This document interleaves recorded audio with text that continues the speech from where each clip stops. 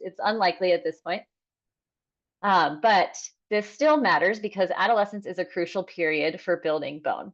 The majority of our peak bone mass is acquired by our late teens and early 20s, and more than a quarter of our adult bone mass is built in just the 2 years around an adolescent's biggest growth spurt.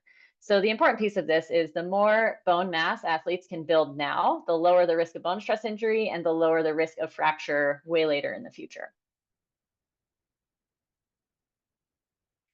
And how do we measure bone strength? Bone mineral density is measured by something called a DEXA scan. It's one of the most common ways to get an idea of an athlete's bone strength, but it is not the only measure. But this is the one we have the easiest access to. So you might hear about athletes getting a DEXA scan, especially after they've had a bone stress injury, to assess their bone health. But when an athlete's bone mineral density is low, their bones are weaker and more vulnerable to bone stress injuries or fracture. I'll use the acronym BSI to denote bone stress injury. You might have heard the term stress fracture, and we'll talk about kind of that spectrum shortly. But you'll hear me say BSI quite frequently during this presentation. But those are some of the most frustrating and costly injuries we see in track and cross country. I'd imagine if we did a show of hands, or you can even put in the chat if you've seen an athlete or had athletes be out for a season because of a bone stress injury. As many as 22% of these are recurrent, meaning that they come back again and again. Some of you may have seen athletes who just can't seem to stay healthy for more than 6 months to a year, and it seems like they barely get back to their previous mileage and they get another bone stress injury. So the research shows that if you've had one stress injury, your risk for another is 5 times higher than someone who's never had one. They also typically require 4 to 12 weeks plus of rehab, and that's if surgery isn't indicated, which obviously is a huge chunk of the season gone. It has significant impacts on participation, on performance, social life, and just quality of life in general. So not only does low bone mineral density increase one's risk for bone stress injury, but it also slows down recovery if you do get injured. Low bone density is an independent predictor of return to sport time after a bone stress injury. So athletes with lower bone density heal more slowly and take longer to get back to sport. So the bottom line here is that optimizing bone health helps reduce the risk of BSI and shortens recovery if an injury does happen. So this can be a lot, but we'll get into the what and how of BSIs briefly. So when athletes run or jump, their bones undergo something called mechanical loading, or that's stress really from impact and muscle forces. So this stress causes bone strain. If the strain gets high enough, bones can develop microdamage. So think of your bones as kind of like the stadium seats or the bleachers at your track, right? Each time your team competes or races, that stadium endures crowds, it endures wear and tear. And then the maintenance crew comes in every so often and reinforces those weak spots, fixes cracked seats. And this ongoing repair is like bone remodeling. Your body is constantly trying to remodel and keep the stadium ready. The workers are keeping the stadium ready. Your body is keeping your bones ready for every workout and every season. But if the schedule packs in too many races, the off season is short, or even the budget for repairs gets slashed, you can think of your budget as maybe not eating enough or not sleeping enough. Then damage can outpace the repairs and you might get cracks that spread. So that's how bone stress injuries occur. Your bones are loaded repeatedly through training and competition, but if an athlete's recovery, nutrition, rest are inadequate, then microdamage accumulates faster than your body can fix it, and that can lead to a bone stress injury. And you can see that spectrum there of stress reaction to stress fracture to complete fracture.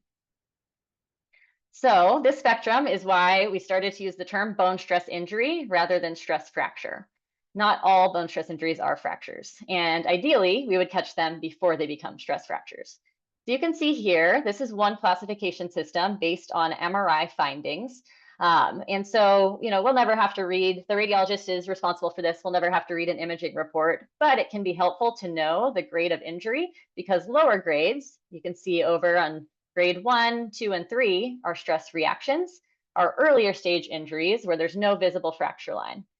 However, if an athlete, let's say they start feeling like, oh, something's kind of achy or tight, you don't address it, they keep running, that can progress to a grade 4, which is a stress fracture, and in some cases, even a complete fracture, which might require surgery. So again, this matters because these lower grade injuries tend to heal faster and require less aggressive treatment. But if we can catch and manage them early and notice some of the signs or the risk factors, then we might be able to prevent them from becoming a longer term, higher grade injury. So as a coach, taking athletes' reports of pain seriously and encouraging them to seek medical attention early can help reduce time away from sport. And as athletes, reporting this, even though it can be scary because you don't want to stop running, athletes reporting this can help reduce your time away from sport if you're able to catch these before they become a higher grade bone stress injury. So, what do bone stress injuries feel like?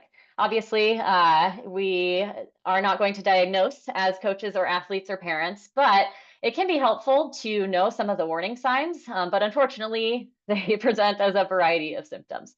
So, depending on the grade and site of injury, they might be described as sharp, localized, tight, achy, sore, vague pain. And so, this is where the risk factors, such as having a history of bone stress injury, having low bone density, those are really important to know to understand what that cumulative risk is combined with these symptoms.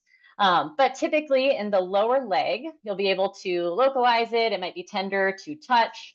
It can start as stiffness or soreness, but it's generally a little bit more localized, whereas bone stress injuries of the hips and the pelvis are generally a little more achy, sore, and they typically start with weight-bearing activity. Oftentimes runners will feel something while they're running. It might be worse later in the day and then worse the next morning.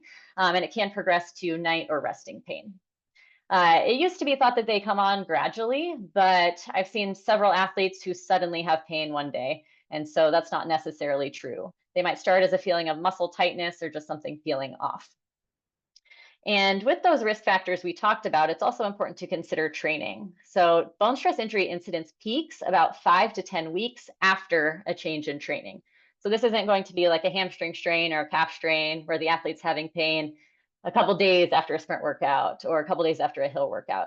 We often see this lag in bone's response to load, kind of because of that wear and tear process we talked about previously. So something to note there that might increase your suspicion of a bone stress injury if you started speed work 2 to 3 months ago. And then you can also, this is what a clinician should do, but typically athletes have symptoms with a single leg squat, possibly a single leg hop, and then even using the muscles around the injury site. So for a tibial or a shin bone stress injury, they might have pain pushing their foot downward or using the calf muscle. It doesn't necessarily mean it's a calf strain, right? So these can be really confusing, which is why having a trusted medical professional on your athlete's team or for you to refer to is really important. Now, when an athlete gets a bone stress injury, go to the next slide here. It's not just the grade that we talked about or severity that matters. The site of the injury is also crucial. So a lot of words on this slide, I understand, but these are all considered high risk sites. So these are ones to really flag. These are pretty easy to find. I can also provide a handout that shows these too, but these bring extra challenges because they take longer to heal, they're more prone to complications, and may require surgical intervention.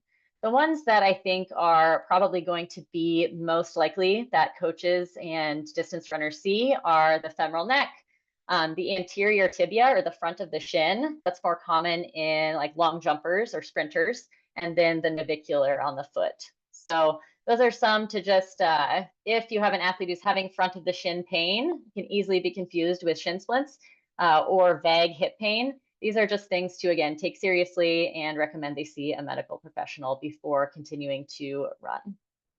So again, especially with these, a prompt diagnosis and careful management are even more important. And we have very conservative management for these sites. Athletes will typically be non-weight bearing, sometimes in a cast or a boot, definitely on crutches for at least 6 weeks. So important to let your athletes know that they need to be following their weight-bearing precautions. It can be easy, especially when pain levels are low, to dump the crutches. But I think that's how coaches can also be a support, is by really encouraging athletes to follow their precautions and their training plan or rehab plan. With these, return to run timelines are pretty long, sometimes up to 6 months or more. I know as an athlete, whenever I had a bone stress injury, it was often take 6 to 8 weeks off and then try running again. And obviously that led me to several more bone stress injuries. So it's important to know that some of these are going to take a very long time. All the other sites you see on here, like the lower inside part of the shin, again, similar to shin splints, and anything else that's not written on here are considered low risk. These other sites that you don't see here rarely require surgery. They have faster recovery timelines, and their initial management is less aggressive. So someone may not be on crutches if they have an injury in a different site that's low risk.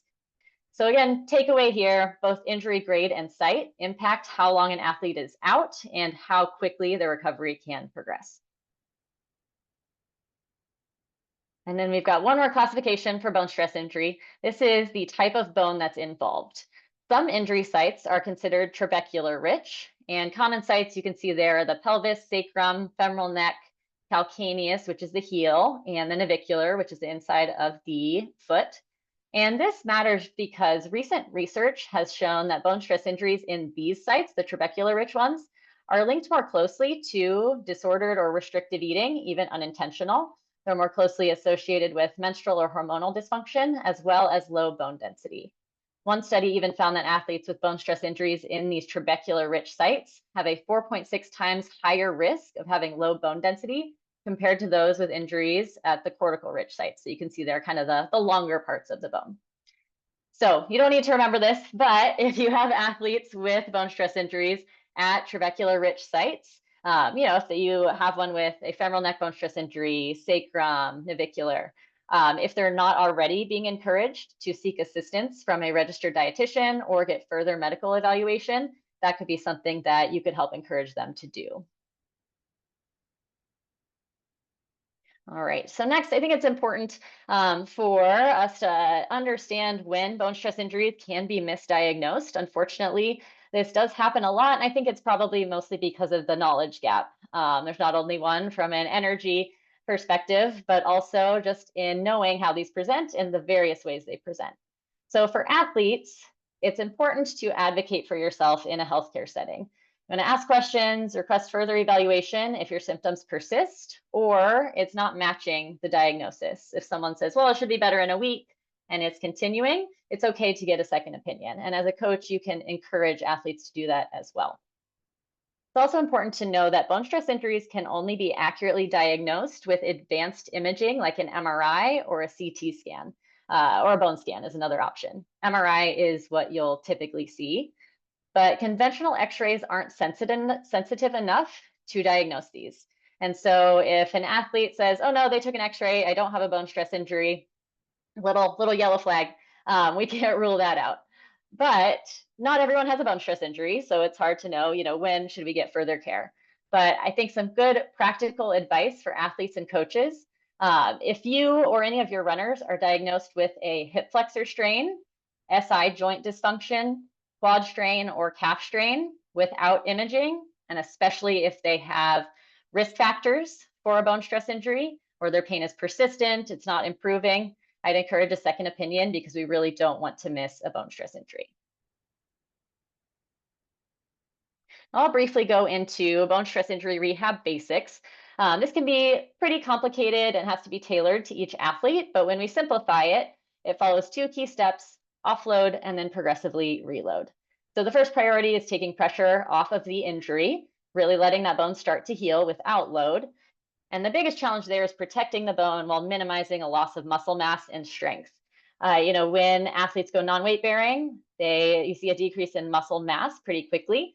And so the goal with the rehab program early on is something that focuses on what they can do without stressing the site of injury. I think continued team interaction when possible is also really important during this time. So maybe they take their PT program and do it in the gym at the same time as the team doing their strength, or they're cross training outside while the rest of the team runs or something like that. That can be really helpful for the really challenging mental aspects of these injuries. Step 2 is to progressively reload. So once healing is underway, it's time to gradually increase stress on the bone. And this progression is guided by symptoms. With something like a hamstring strain, we might be able to move through low levels of discomfort, but with bone, we always want 0 out of 10 pain. So it's important to ask your athletes, if you have the capacity, what their rehab is looking like. And it should be something like this. The rehab provider should also be having discussions regarding their expectations for return to sport, Should be asking them about their fueling, bone health, hormonal function, all of these things that we're kind of screening for underlying health conditions or behaviors that might affect their bone health. So really the takeaway here is each athlete's plan is going to look a little different, but work with experts for the best results.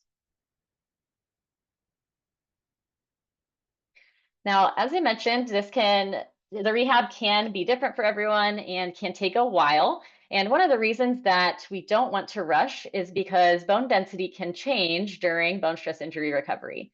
This study of 30 female athletes with tibial or shin bone stress injuries found that bone density in both the affected side and the unaffected side actually decreased during their bone stress injury rehab. And it didn't bounce back for 3 to 6 months. And not only that, but 1/3 of participants had another bone stress injury within a year, and it was most commonly in the other tibia or the other shin. So what this really tells us is that bones remain vulnerable for months after an initial injury, and we know recurrence is high, so this is probably one of the reasons. So we really want to be conservative with loading for a pretty long time after a bone stress injury, even up to 6 months. Now, even once an athlete is cleared to return to practice at 4 months, we need to gradually increase their training rather than putting them right back in workouts with the team. The return to their previous level of training, if it's too fast, it can increase the risk for another injury. And I think this is where, as physical therapists, we need to do a better job of teaching how to progressively load rather than jumping right back into workouts. So for coaches, even once an athlete has returned to practice after a bone stress injury, we still need to modify their training so they're not at the same volume, especially of intense or high quality work as their teammates. Now, what about return to sport timelines? There's another slide with a lot of words here, but the biggest takeaway is that it varies a lot. One of the most common questions from athletes after a BSI is, how long until I can run again? So these are numbers for various sites. And these numbers include athletes in ball sports, not just runners. In my experience, runners often fall on the longer end of these timelines, and that may be because runners tend to have lower bone density than multi-directional sport athletes. I don't have any evidence to prove that, but that's my theory. So some key factors affecting recovery, kind of like we talked about before, the high-risk sites and the trabecular-rich bone injuries, like the femoral neck, the navicular, have longer recovery timelines. And again, there's just significant variation. So you really want to expect a wide range of recovery times. And this is where that rehab professional should be working with the athlete and not giving them an exact timeline, like you can run right at 6 weeks. You have to meet certain criteria before they can start running and before they can start adding intensity. All right, now into practical tips. So after all this talk about bone stress injuries, recovery, let's focus on this key question. How can we turn this into a training plan that actually keeps athletes healthy? So first, we know that training load and recovery are central to bone stress injury risk, but the challenge is that there's still no research that pinpoints exact loads that increase injury risk. There's no specific mileage or intensity that seems to globally increase one's risk for bone stress injury. Every athlete is different, and even the same athlete's needs might be different from one year to the next. But that doesn't mean we can't theorize and do our best based on the research, expert advice, and practical coaching experience. So here are some core principles for reducing bone stress injury risk. First, prioritize rest. You can see it's in all caps. You want to make sure you build in regular rest periods for your athletes. So this means at least one complete rest day per week. No running, no jumping, really offload the bones. The bones also respond strongly to strong muscle contractions. So on that rest day, that means you're not doing heavy lifting either. Complete rest day. It's also been suggested to plan for 1 full week off from running every 12 weeks. Call it a skeletal reset week because it sounds cooler. Bones seem to respond well to a little bit longer period of offloading than just a day off. So for all my runners and even myself with a history of bone stress injuries, every 12 weeks, take a full week off. And it's nice because it's by choice instead of being forced to. Next is using periodization. So this means strategically changing training variables to avoid overload. And more specific to bones, for those at high risk of bone stress injury, I'd recommend limiting volume increases to less than 20% per week. Many of us have heard of the 10% rule, which works in some cases, but when you're starting off at 3 or 4 miles a week, that's really slow and actually hasn't panned out as far as reducing bone stress injury risk. So 20% is what we want to stick to. And then every third or fourth week, having a cutback week. These can be easily forgotten. I know even in my own training as you get into a season, but it's important to have these intermittent deload weeks where you drop volume a little more than you typically would for someone without a history of bone stress injuries. So even up to 30 to 40% decrease to allow the body to catch up. And next, we want to be smart about mixing volume and intensity and changing only one variable at a time, especially as an athlete is in that 3 to 6 month period after a bone stress injury. So while we're increasing volume, we don't want to increase intensity. Maybe when you do a cutback week of volume, that's when we sprinkle in some intensity. It's also much safer to add volume first rather than adding intensity. Bone responds with significantly more micro damage to fast running than it does to slow running. So if you had to choose for an athlete with a bone stress injury history, if you want to only do more volume or mix in some intensity and drop the volume, it's safer to only do more volume. Now that doesn't work well for performance, so you have to add some volume, add some intensity at some point. But fast running and intense workouts should be kept to a minimum, and you want to keep that high intensity training conservative and very targeted and intentional. So these short, high quality bouts can bring about fitness gains while reducing or managing bone stress. And then last, we want to monitor for muscle fatigue and soreness. Since bones don't really tell us that they're getting overworked until it might be too late, we can pay more attention to muscle soreness. So if an athlete is coming back day after day, like, coach, I'm just really sore, I'm not feeling good, use that as a sign that their bones are likely being overloaded as well as their muscles. And so that would be a good time to take a few days off and then gradually work back into training or modify their workout so they're only doing easy runs. But when in doubt, we really want to err on the side of caution, especially in these athletes with a recent history of bone stress injury. So rest, smart volume increases, strategic intensity are our best tools. Now, when it comes to building strong bones, strength training is also a key ingredient. Research into strength training's impact on bone density in young athletes is still developing, but the results do look promising. It seems that adding strength work 2 to 3 times per week helps bones become denser and stronger, especially in areas that are prone to injury, like the sacrum and the femoral neck. So from the research, it seems like heavy compressive lifts like barbell back squats, even barbell deadlifts, are linked to improvements in spine bone density. If you're less experienced with lifting or you may not have access to a barbell, you also have other options. So moderate load, higher volume programs, you can see with the free weights or weighted vests there, also have been shown to improve spine bone density. And then we also have plyometrics, which you don't need any equipment for. So hops, skips, and jumps are especially beneficial for increasing bone density at the hip. While there's no set minimum effective dose yet, the current recommendations are 1 to 5 sets of 10 to 20 hops, jumps, or skips done 3 to 6 times a week before running, which we'll get into a little bit more shortly. And you want to keep rest intervals short. All right, so I'm going to get into a sample plyometric program and then a sample strength program, but I wanted to introduce rating a perceived exertion scale because on the previous slide, you saw that the recommendations were at a percentage of 1 repetition max. It's not super realistic to find each of your athletes 1 repetition max. So instead of using that, we can use rating a perceived exertion as a proxy for effort.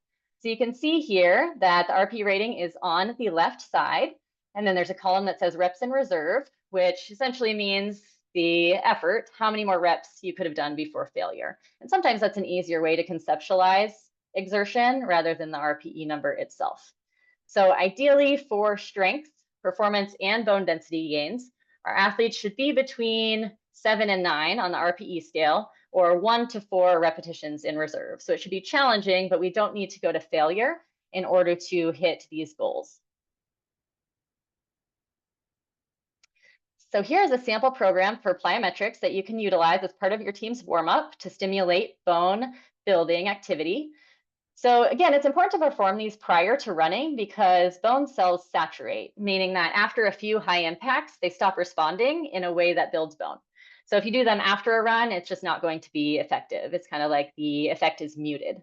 So this is also provided in the handout, but you can see you choose 1 to 2 exercises, perform prior to your run, and that would hit some of the targets that we mentioned for improving femoral neck bone density. And some of the cues or the intents are really important because you want to really try to get off the ground fast. That's to stimulate a really strong muscle contraction. The muscle pulls on the bone and it stimulates this bone building or osteogenic effect in the bone cells. And then next up, this one may be harder to get done, but here's a sample of an in-season strength day for a healthy cross-country athlete who is familiar with strength training. So this just goes through some of the principles that we mentioned: a back squat for that heavy axial loading, targeting bone density at the lumbar spine and general lower body strength. And we've got some accessory lifts for muscle groups that are under high demands during distance running. So the hamstring, quad, lateral hip, and calf complex. So now that we've gone through the foundational knowledge of bone health and training parameters, Stevie is going to discuss the importance of sports nutrition for strong bones. Thanks, Steph. As always, I just love hearing Steph talk because she's just such a wealth of knowledge. So thank you for sharing all of that. And yes, here I am with the nutrition side of things. You know, it is so important that we look at these things hand in hand, to really set our athletes or ourselves as an athlete up for success. So, you know, starting with nutrition for bone mineral density, just kind of zooming out and looking that, okay, we know more about bones. Let's see what we can do from this nutrition standpoint. And our lifestyle factors, so nutrition being a big one, account for 20 to 40% of our bone mineral density development. I may just abbreviate to BMD, to make it easier throughout this. So it is important to know that genetics are going to account for that other 60 to 80%. And well, DNA isn't our destiny, and we don't have to say, well, I know it. My, mom had osteoporosis, my grandma had it. Yes, you are likely going to be at a higher risk, but that doesn't mean that we're just gonna say it's a wash and not do what we can to support from a nutrition and lifestyle factor. Um, Adolescence, as Steph mentioned, is peak bone building age. And as I've spoken with Gavin, it's an opportunity. There is lots of time to continue building bone. Even after we hit age 30, you can still build bone density. I've done it personally just from having DEXA scans. So it doesn't mean, if you are 18, a little bit older, that you can't improve your bone mineral density. I don't want you to feel discouraged, but this information is more to hopefully make you a little bit more focused or excited or encouraged that like you can have a positive impact on your bone mineral density still. That 90% of your peak BMD is acquired by age 20. And again, nutrition is going to be a key player. I'm going to talk about LEA, or low energy availability, and some of the nutrients, both macro and micronutrients of concern. But, my little graphic here is something I share with all of my clients, and it's kind of like the hierarchy of needs when we're thinking about nutrition, whether it's specifically for bones, but overall health, or just as athletes in general. You'll see at the bottom of the pyramid, energy balance is always going to be where we should start, especially if we're thinking about bone health, whether we're recovering from a bone stress injury or just looking to be on the offense and go for a prevention of a bone stress injury. It's always going to start with energy balance. Are we in energy balance? Are we eating enough? And then once we take a look at that, then we're looking at, okay, how are we doing on certain macronutrients? Then how are our micronutrients? For those who might not be familiar, micronutrients, we're thinking about vitamins, minerals, then go into meal timing, a little bit more of the performance nutrition, and then ergogenic aids, also known as like supplements, is always going to be at the top of the pyramid here. We're always going to prioritize that last. And I know I saw some of the questions come through, and one of the biggest concerns is like, okay, what do I do for nutrition to kind of avoid REDS, or relative energy deficiency in sport? I'll get into that. or bone stress injuries or come back. And we're always going to start with energy balance as number one. Slightly less glamorous than things at the top of that pyramid, but that should always kind of be our home base or our North Star as an athlete. No matter what our age is, if we're a high school athlete or an older athlete, energy balance is always where I prioritize. So next up, energy availability and bone health. Shocking that I would start with energy availability and energy balance starting there. So when we are talking about energy availability or low energy availability, this by definition occurs when energy intake is insufficient to meet the demands of both exercise and basic bodily functions. I'm gonna pause. It is a mismatch between the two. Yeah, I have a number of athletes who come to me and they're like, well, I'm eating so much food, or they're like, I'm eating 3,000 calories a day. This couldn't be me. How do I have a bone stress injury? There is no very specific number of, well, you're eating 3,000 calories a day, you're automatically, oh, you couldn't have low energy availability. You can still have low energy availability even if you are eating a lot or eating a high amount of energy if there is a mismatch in your output.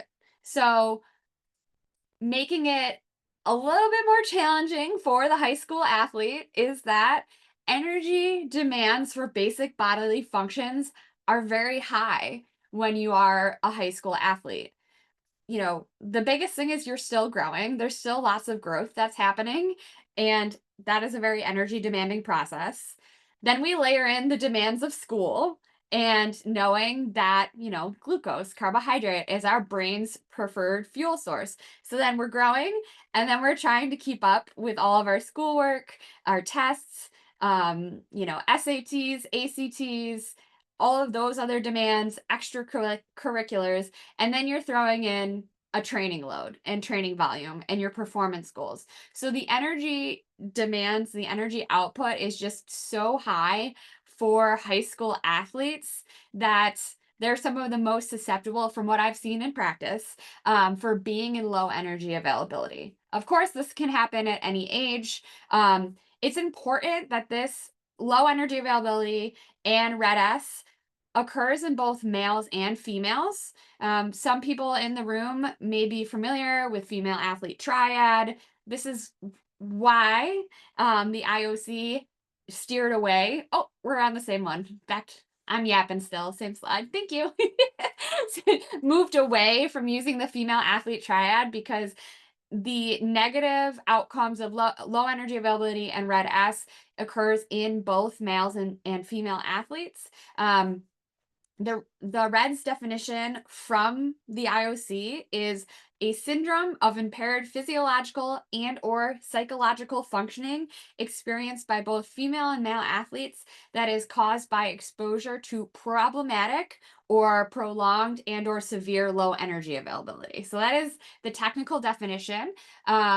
You will see kind of in this image here is what this is just showing is all of the different body systems that relative energy deficiency in sport will impact. So it is going to impact every single body system. You are going to see it impact reproductive health, bone health, of course, immunity, your immune system function. So a lot of my athletes with REDS or even low energy availability have more infections, more colds. They tend to get sick very frequently. That's one of those little signs of, okay, am I eating enough?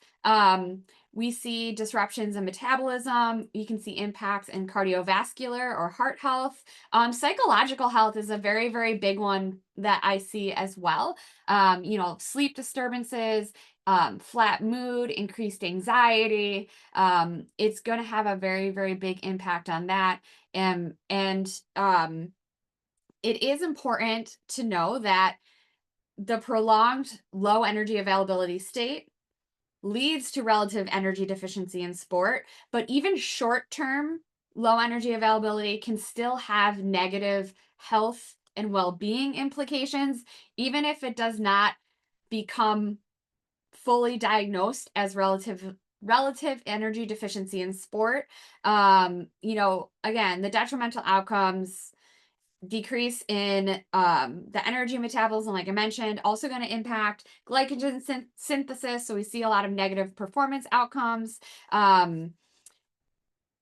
All of these impacts, whether it's just one body system is individually impact or synergistically impacted, will often lead to impaired well-being, increased injury risk, and that decrease in sports performance will, of course, negatively impacting health. And since I was able to kind of look at the questions, I know somebody asked, how is it diagnosed? How is it treated? So I'm going to touch on that while we're here now. So low energy availability and REDS is difficult to diagnose. It's often overlooked. IOC has come out with a newer tool on how this can be diagnosed and categorized. Ideally, an athlete who has symptoms of REDS should see a sports medicine specialist. I know that's not the easiest thing to do, not always attainable. I feel as if finding a sports dietitian is probably easier than finding a sports medicine physician, depending on where you are located. But it tends to be a multidisciplinary approach. It will vary on the severity of REDS. There are different categories of, red, yellow, green as part of that diagnostic tool. But typically it's going to be by a sports medicine physician or team. And it should be treated with a team approach from the physician, definitely a dietitian. I also encourage a lot of athletes to look into also working with a psychotherapist or psychologist, because there is such a big mental health component with low energy availability and relative energy deficiency in sport. And now when we're thinking, okay, I already yapped about how athletes are going to be at a high risk for LEA and RED-S, of course, because of the high demands. This statistic is always one that makes me pause, but it is estimated that the prevalence of LEA and REDS signs could be as high as 79.5% in females and 70% in males. And this goes back to what I briefly mentioned in my intro, is that I find in practice that a lot of this is just based on a knowledge gap. Or more simply put, as I say, you don't know what you don't know. And oftentimes, depending on the individual and their environment or their thoughts and beliefs around food, I also think that just in general, there is not enough athletes talking about how much food that they really actually eat or need to eat to stay healthy and high performing. And, when I was an athlete growing up, and even when I started endurance sports and ran my first marathon, social media wasn't a thing, which was good, but also bad. And it's something that I hope to encourage, and I hope more athletes begin to do is, especially professional or high performing athletes, more of the nutrition side of things and less of just the hard training all the time, and really showing how important it is and how, okay, this is a high performing athlete and they are eating a lot of food to kind of emulate that more positive sport environment. But I think this number is important to just kind of let sink in, that this is very common.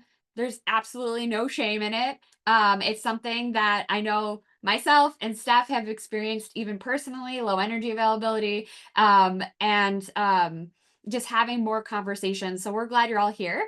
And when we're thinking about nutrition and bone health, I'm going to get now into a little bit more of the nitty gritty. And okay, energy is important, but here we are. What can we do a little bit more?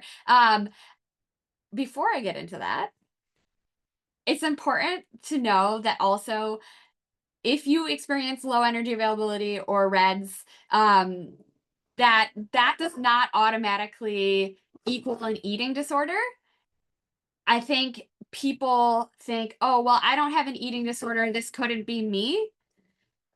Again, it's that unintentional underfueling, lack of knowledge. And then when we're thinking, especially about runners and endurance athletes, one of the things that is commonly experienced by endurance athlete is a suppressed appetite around their training, post long run. I know post long run, I don't feel like eating. I don't want to eat. This is common. This is normal. There are strategies to work with that, but that appetite suppression is a big thing that can lead to this unintentional under eating or under fueling. Just having an eating disorder does increase your risk of developing RED-S, but it's not an automatic, okay, you have REDS, you have an eating disorder. So that is an important to know that, okay, there is an overlap, but it is not equivalent to having that. Okay, so everybody always asks, okay, well, how do I know if I'm eating enough? And this is a conversation that I have also with my adult athletes, is starting to learn how to listen to and trust your body and the feedback that it's giving you. Our bodies are constantly giving us feedback. And one of the things that can make us great athletes is that we're able to put our head down and do the work. Okay, this is the workout today. This is the set. Like, this is the run. Like, I'm going to hit my times. This is my goal time. And we can often be very good at ignoring a lot of this feedback to get the job done, because that is what we love to do. We're very passionate about it. But it's important to also know, okay, what is my body telling me and what can I do to make adjustments as an athlete? I think it's a great skill. So some of the signs that you may be in low energy, or, some of the things that are kind of red flags for relative energy deficiency in sport, I have listed here. Of course, like, if you have low energy, that doesn't, one day automatically mean that you have REDS. But consistent low energy and fatigue, brain fog. You'll see changes in hair, skin, nails, nail integrity. Of course, for female athletes, our menstrual cycle can be a very helpful tool, a superpower for us. And, if we have a loss of period, that's usually a pretty big red flag that we're not eating enough. Intensified cravings. If you are constantly thinking about food, if you're super anxious around food and food choices, this usually means that you're not eating enough. And I say this as a person who truly, truly loves food. This is why I'm a dietitian. I'm not constantly thinking about my next meal. If you are constantly thinking about what you're going to eat next, that is one of those often early red flags that you're not eating enough. Poor sleep and sleep disturbances is a big one that I see in my athletes. Of course, being cognizant of, for those who might be using caffeine, hopefully we're not drinking tons of energy drinks. That can be a harder one to use as a guiding light if that is something that's in our regular routine. But if we're waking up in the middle of the night, we're waking up hungry in the middle of the night, that's some of the big red flags that you're not eating enough, even if you feel like you're eating a lot.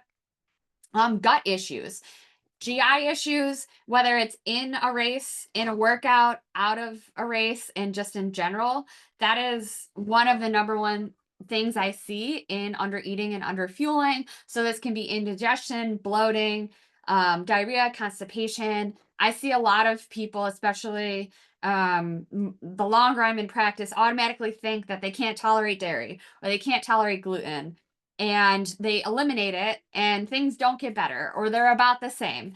And this is not to say that people do not have issues with those things, but more often than not, it's those intolerances are more due to underfueling, undereating, and that's kind of in the same vein as having a regular menstrual cycle. Those are very energy demanding processes for our body, and if we're not giving it, again, enough overall energy for all of the demands, I always tell my athletes the body is going to start to cut corners, and it's not going to be digesting on full tilt and doing its job to efficiently and effectively break down your food. There we go. We're bloated. We have gas. We're burping. So that's a really big one to pay attention to. Of course, nutrient deficiencies, if we do have lab work, back to some of the mental side of things, heightened anxiety, changes in mental health, poor recovery after your runs or workouts.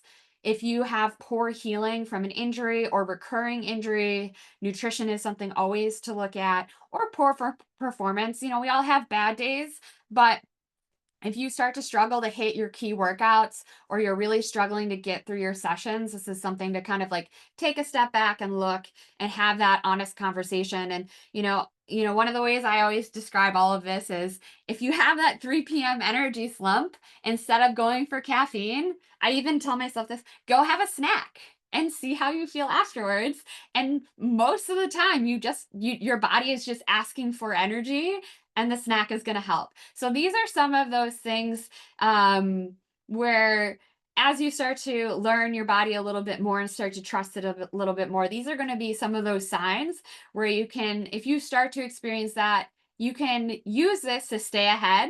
And especially if you are an athlete, if you're training right now, and you're back in season, training volumes going up, intensity, like Steph mentioned, when intensity is added back into a routine, these are the things that I'd kind of just be having a pulse on. You don't need to obsess, but starting to pay attention to these when there's any shift up in training, because that's also where I tend to see a big gap when we're thinking about energy and overall energy, is that people are like, oh, I feel pretty good. Like I'm going to increase my training or I'm back in season.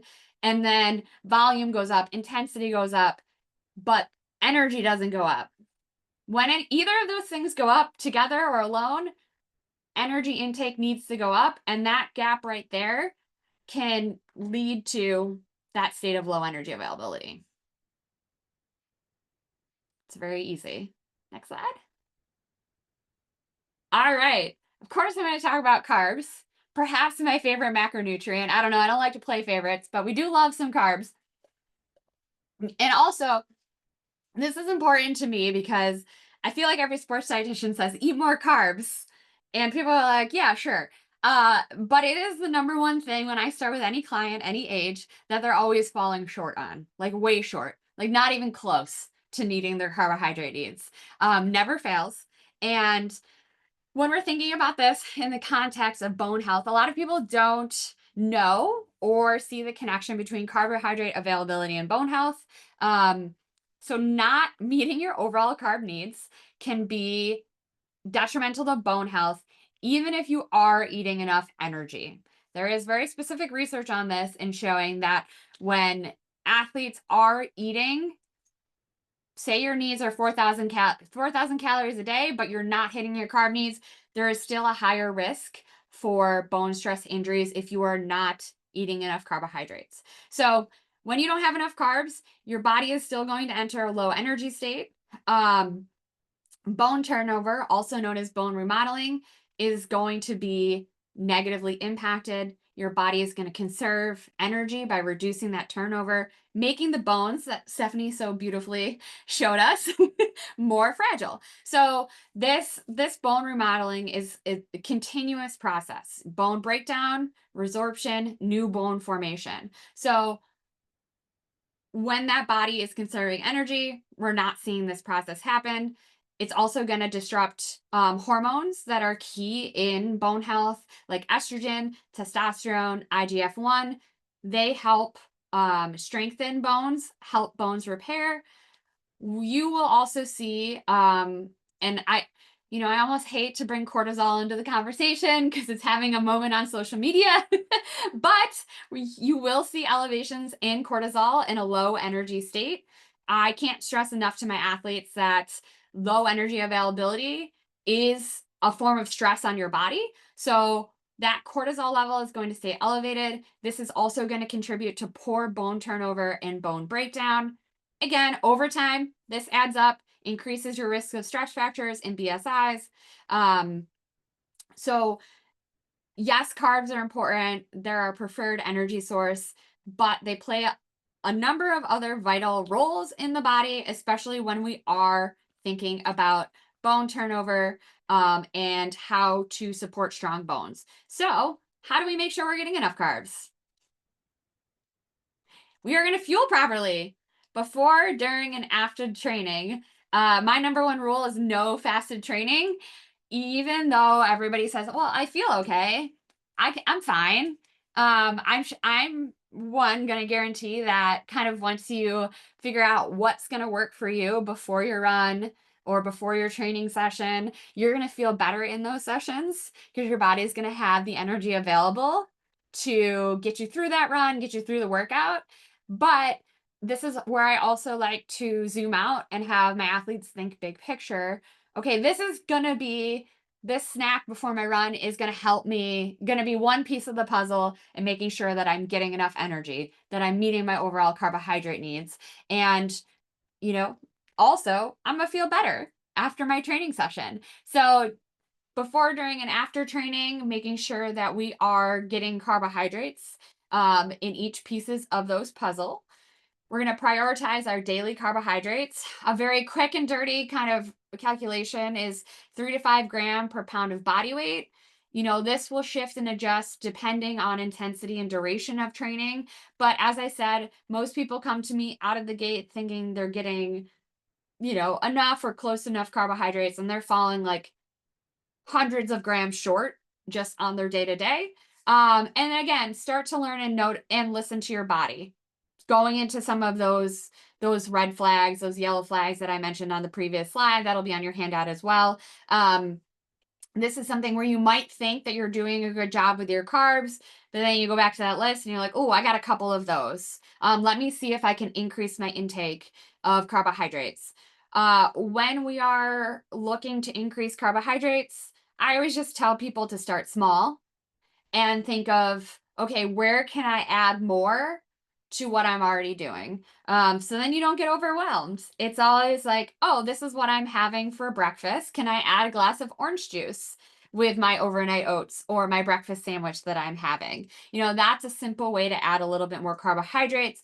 Or maybe you're used to going your hour and a half long practices without any carbohydrates, but you're going to add some sports drink or another easy to digest carbohydrate snack, maybe some graham crackers, some pretzels, some sports juice to get a little bit more carb in, and just see where there's little easy adds throughout your day to increase that intake there. Next up, iron status and bone health. Of course, anemia, iron deficiency is common in runners, but there is a strong link between iron status and the health of our bones. So iron is essential for collagen production. And, when I think about collagen, it's the framework that gives bones strength and flexibility.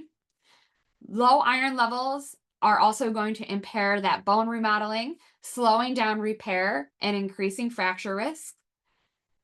Iron also helps regulate key bone building hormones, some that I mentioned like IGF-1 and osteoclastin. And athletes with iron deficiency or suboptimal ferritin may have lower bone density, making them more prone to bone stress injuries. So if you are someone who has a history of anemia, or maybe you have a history of stress fractures and you've never had your iron status checked, this is, one of the key things that I like my athletes to look at. And then zooming out even more to the whole energy availability picture, RED-S, low energy availability, one of the symptoms that is going to be impacted is hematological. So you are more likely to have iron deficiency, suboptimal ferritin if you are in a low energy availability state. So the next slide, I have some more risk factors for athletes who are struggling with iron status. So of course, high training volume, lack of recovery. This leads to chronic inflammation, and chronic inflammation is going to impact iron status.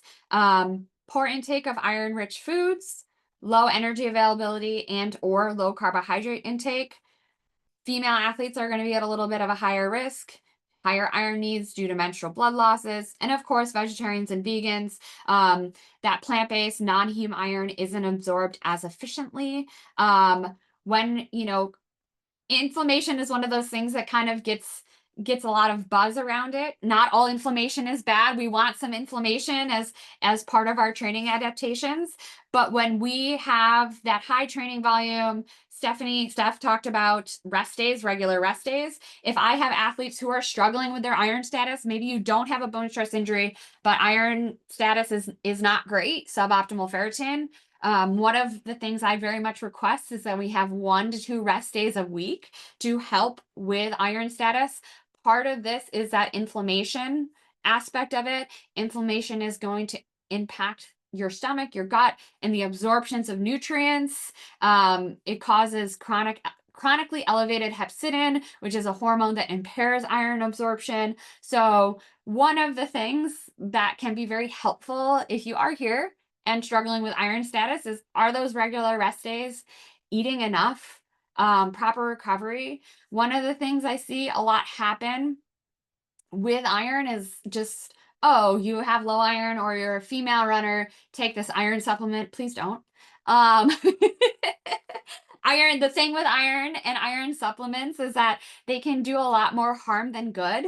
The signs of high iron or a little bit of iron overload and iron deficiency and anemia are the same. So there's a lot of crossover. And I will say 99% of the athletes who come to me already taking iron supplement, their blood work shows that their body isn't even absorbing and utilizing that supplement. Supplements for that should be used very strategically and under the guidance of a sports RD or sports med physician. I'm going to go to the next slide to talk a little bit more about this.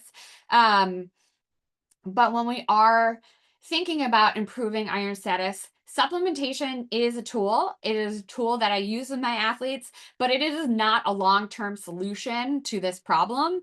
It is something that can help us start to see, a big jump depending on where their blood work is. But this should not just be our baseline of, oh, I've had low iron in the past, I'm just going to take an iron supplement forever. These are some of the things that I encourage athletes to look at or we work on together to improve iron status: eating enough, prioritizing iron-rich foods, the rest and recovery, and again, making sure that if we are concerned about iron status, if we're going to take a supplement, that you are getting regular blood work done while you are supplementing. And again, doing this under the supervision of a sports RD or sports med physician. General physicians they're very good at being general physicians, but when we're thinking about athletes in particular, they tend to kind of drop the ball on the iron side of things. As a human who was told that my ferritin of 8 was okay, we've all been there from regular physicians. So that's just an important note there. Next, I'm going to kind of touch on some of the other nutrients that are important when we're thinking about bone health. So again, energy availability is going to be key. But when we are in LEA, REDS, or just maybe we're not in full-blown low energy availability, but we're not eating enough, or we are limiting certain food groups, or we're only eating like the 6 same foods, whatever it is, we tend to miss out on a lot of these other nutrients that are important to supporting bone health. These are vitamin D. I'll talk a little bit more in particular about that. Calcium. Adequate calcium intake is especially important during childhood and adolescence when those bones are rapidly growing. There are lots of food sources of calcium that we have, whether we're getting from dairy, leafy greens, fortified, enriched foods. There are lots of options there. Calcium is important. It is going to give bones their structure and their strength. Our bones act as a storage site for calcium, which the body then uses for other functions like muscle movement, nerve transmission, and blood clotting. So if the body is consistently drawing calcium from our bones, we're not getting enough from our food sources, sucks it from the bones become weaker and more prone to fractures. I always tell people, again, this kind of is just like in low energy availability, the body cuts corners. The body is very smart and it's going to work very hard to keep you alive and keep homeostasis, balance within the body. And this is one of the things it does. Calcium is so critical in, muscle function, nerve transmission, etc., that it's going to be like, all right, I got to pull it from the bones because I have to keep the heart pumping. I have to keep things moving, and bones are going to take the back seat. Phosphorus is another one of those nutrients there. This intake is usually adequate. Too little, too much can be detrimental to bone health. So don't, not that I've ever seen a phosphorus supplement, but, but again, if we're eating a balanced diet, we're usually getting enough of this. Phosphorus is important in the proper functioning of osteoblasts, or our bone building cells, and osteoclasts, our bone resorbing cells. Again, body's smart. It tightly regulates this level through the kidneys, intestines, and bones. And you're going to find phosphorus, again, in a lot of foods: dairy, meat, poultry, and fish. Magnesium. Magnesium is essential for the activity of enzymes that are going to be involved in the synthesis of bones. Our osteoblasts, those cells that are responsible for building bone, which can improve bone density. Great thing is, if we eat a variety of foods, magnesium is found in leafy green vegetables, nuts, seeds, and whole grains. And then protein. Everybody loves protein right now. So it is a key part of bone structure, which helps with that bone formation and modeling. So a few kind of closer look nutrients, but again, if we zoom out and we're hitting that bottom of the pyramid and we're getting enough overall energy from a variety of foods, we're usually hitting the mark with all of these micronutrients. But I did want to talk definitely about vitamin D, which is why we have its own slide here. Vitamin D, it helps the body utilize the calcium from the foods that we eat. Athletes who are deficient in vitamin D will be at a greater risk of low bone mass and bone injuries, such as stress fractures. Risk factors for deficiency or insufficiency: training indoors, skin pigmentation, time of year, and dietary habits. I know Gavin is in the Pacific Northwest. I'm in sunny Buffalo in the Northeast. So we are in the geographic locations. We're at a little bit higher risk of having low vitamin D levels. It is important, even though we know it's gray here. I don't know what the sun is anymore. That you do not just go ahead and supplement and assume that you're deficient in vitamin D. You can get toxicity. You can have too much vitamin D. This usually literally only happens with supplementation. So blood testing is necessary and recommended for safe supplementation. Toxicity signs of that include like nausea, vomiting, poor appetite, weakness, weight loss, like all of the things we don't want to do if we want to support our bones. It can also cause kidney damage. So making sure that, if you kind of fall into a category where you might be at a little higher risk for lower vitamin D levels, to get your blood tested. On the next slide, I have some food sources for you guys. Including fatty fish such as salmon, tuna, mackerel, beef liver. I know beef liver isn't on the top of everybody's list, but I have some athletes who are so locked in that they're all in on beef liver. I'm not one of them. Cheese, mushroom, and egg yolks. The nice thing is that we do have fortified food sources such as milk, breakfast cereals, orange juice, other dairy products such as yogurt, and then a lot of your soy drinks, if you don't consume dairy, are also fortified with calcium, which is nice. I did put in some calcium slides. I thought I left that out, but we'll just skip right over that because I already yapped about it. So we want to make sure we talked about fostering positive sport culture here, and what you can do, thinking about from the coach's perspective. The culture you build within your team can have a huge impact on your athlete's health, both physically and mentally. When it comes to bone stress injuries risk, your team's approach to training, fueling, and self-image will matter more than you realize. So from the training side, Steph talked about this, but really setting the tone for healthy training by focusing on progress, not just X mileage or X volume and that relentless grind. Runners often get caught up in the more is better kind of mindset and thought process, but really the goal is smart, sustainable development. Work smarter, not harder, right? Where can you get more bang for your buck? Well, making it clear that mistakes and setbacks are a normal part of learning. Perfectionism doesn't belong in the training room. We often learn a lot more as athletes from those setbacks. Cue my from our next stress fracture. Haven't had a stress fracture since, and it's been 15 years. So learned a lot, and that can really help with developing that resilience as an athlete.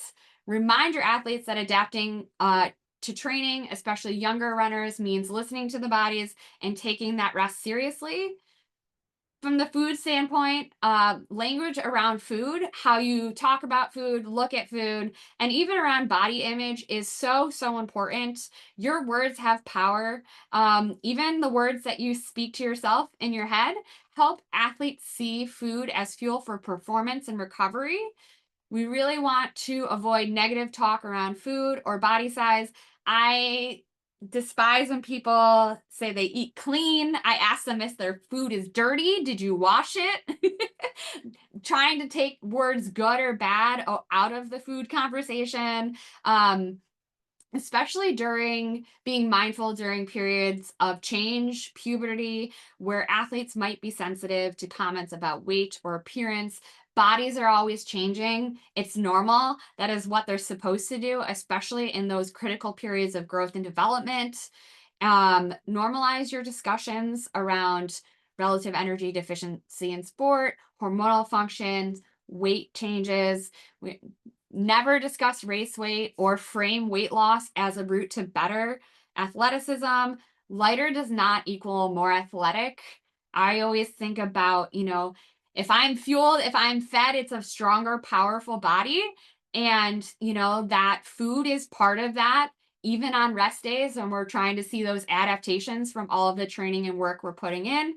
And then leadership and support. Model and reinforce healthy attitudes as coaches. If you see diet talk or negative comparisons, step in, help redirect the conversation.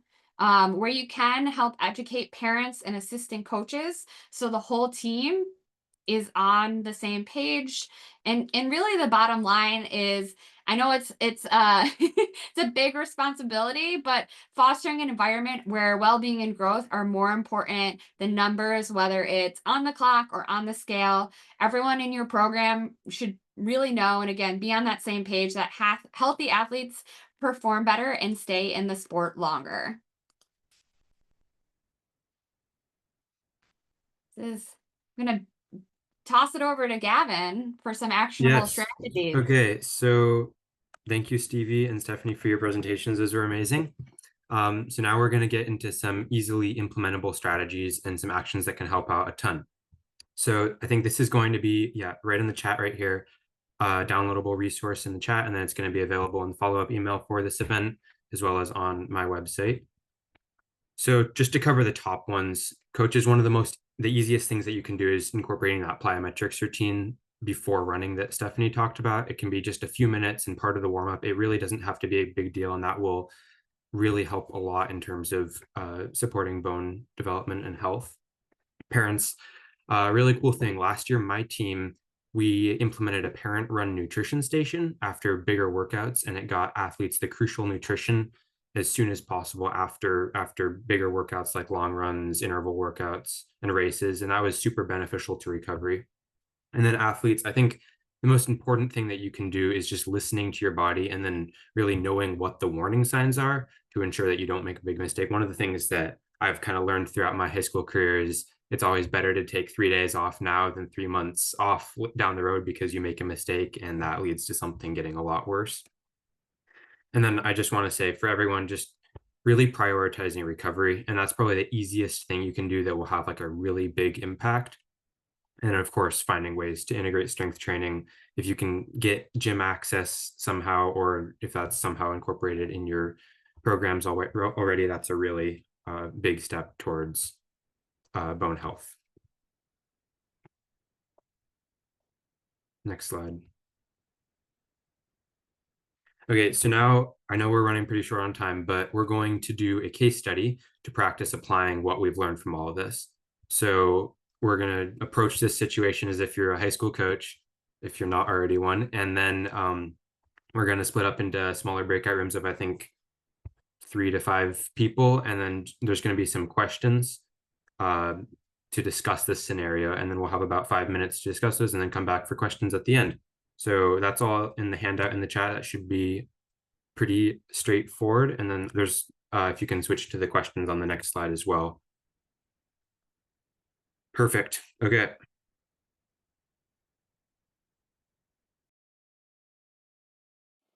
All right, so we're gonna put you all in breakout rooms so you can talk about the case study. And if you get lost, we'll be here for you in the main room.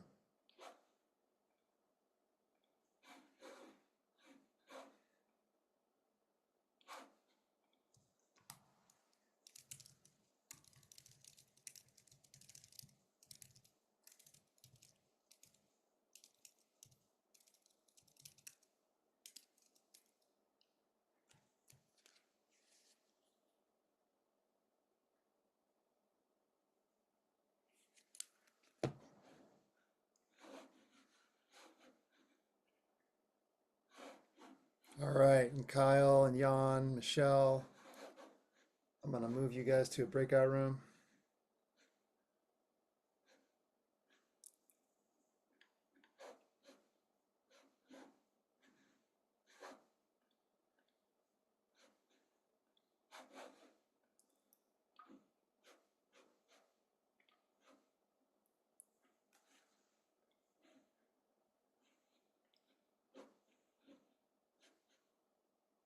All right. Let's see here.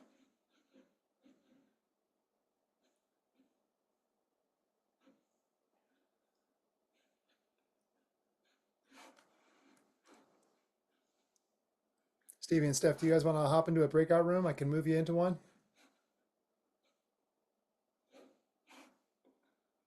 Sure. I have an invite that just appeared for room 3, so I'll go there. Okay, cool. And then I'll bring folks back at 5 minutes of, and then we can, or 7 minutes of, and then we can take questions.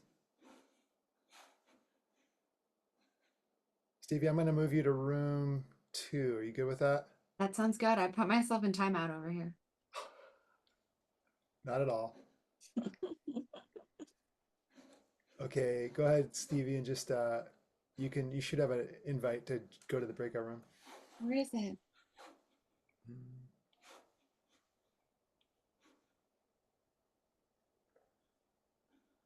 I don't see the invite. Oh, here it is. Okay.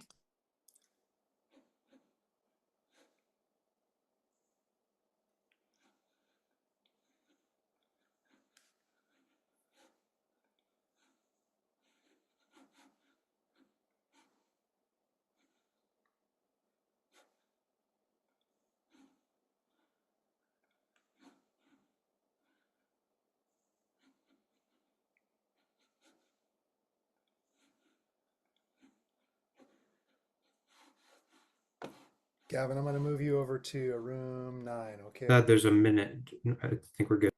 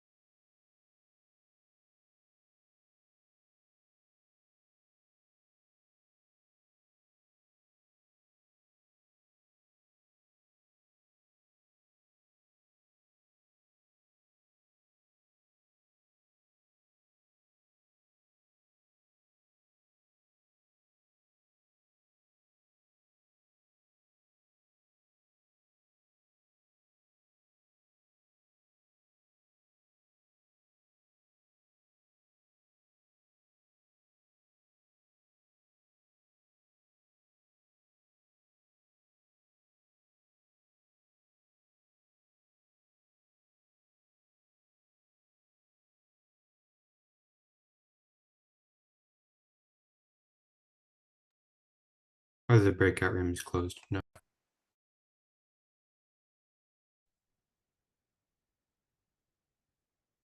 And then as everybody is coming back, if you want to put questions in the chat. When we lose our internet, we might.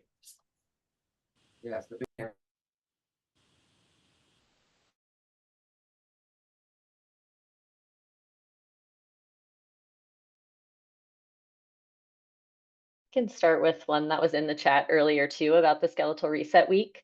During that time, definitely encourage cross training. Anything that doesn't create a strong muscle contraction, like or is weight bearing, like swimming, biking. Those are activities that don't create a strong stimulus for bone. So during that skeletal reset week, that could be something that the athlete does instead. You know, that can be helpful psychologically, feel like they're still doing something, and also a reminder you're not going to lose your running fitness in that week, even if you take a week off, but you can kind of put your energy towards cross training.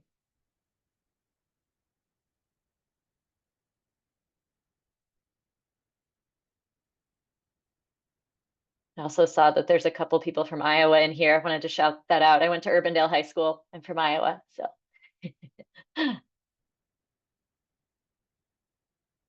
There was one more that I thought, the prune study, I think was the next one. So it was Eleanor who asked this question. That study was super cool. The 50 gram of prunes per day, that group seemed to do well. They didn't grow bone back though, it just maintained their bone density. So I do think it's an important thing that could be useful. And you can still improve your bone density even after menopause. There's been studies on heavy lifting, heavy strength training that have showed that. But I would imagine for younger runners, there would have to be more research to see if that has that same impact on bone that may not be, quote, compromised, or depending on the health level of the bone, if prunes and what's in them has the same effect. Because it's still a valid and important finding that they didn't lose bone density at the same rate as the women who weren't eating prunes at all. Because maintaining bone density is also important. I saw, where it is. It was about kind of, they've been saying food is fuel mindset, and that's not really landing. So one of the things that I kind of encourage athletes, or maybe if that's not landing, it's kind of like listening to that feedback, right? Maybe you can say, hey, this is what I do with some of my high school athletes. Like, come up, like maybe they're skipping breakfast and their energy is just awful throughout the whole day. And we collaborate and come up with, okay, we're going to try this breakfast for this week. And seeing like, okay, when you have this breakfast, I want you to pay attention to how you feel in practice. You know, maybe we're encouraging, and like maybe this is like Gavin's idea of the parents come up, like contribute to like a pre-practice snack. And we all try to have this pre-practice snack, and we start to see how when we have breakfast consistently every day, or we're having that snack before practice, how does that translate to our runs? How does that translate to how well we recover? How are our energy levels? So kind of focusing on when you eat breakfast, when you eat more, when you fuel before, during, after runs, or hydrate better, you actually drink some water maybe. How does that equate to output in sport? And that can usually be a driver. It does take some collaboration, a little bit of bartering, a little bit of, you know, maybe some compromise on what, for example, breakfast might look like, or that pre-run snack. But if you can focus on kind of fed, fueled, is strong, it's fast, it recovers well. This is all energy demanding. And to really think about, we're going to see more of those training adaptations when we have enough food and fuel on board, and the proper food and fuel to recover, kind of like our rest days or that time to absorb training. That nutrition side of it is also going to be a key player in it.